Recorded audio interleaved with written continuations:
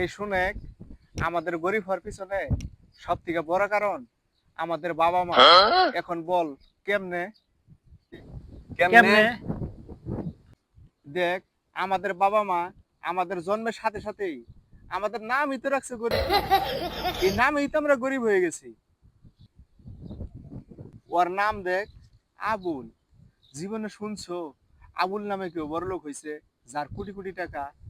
আর ওর নাম দেখ, ইলু। ওর নাম শুনে মনে হয় দিন বাজায়।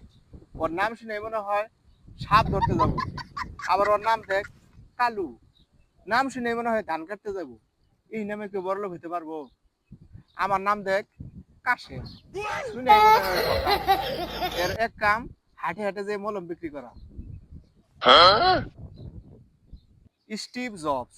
শুনেই মনে হয় কি না কি করে ফেলবে। Elon Musk, Mark Zuckerberg, Bill Gates.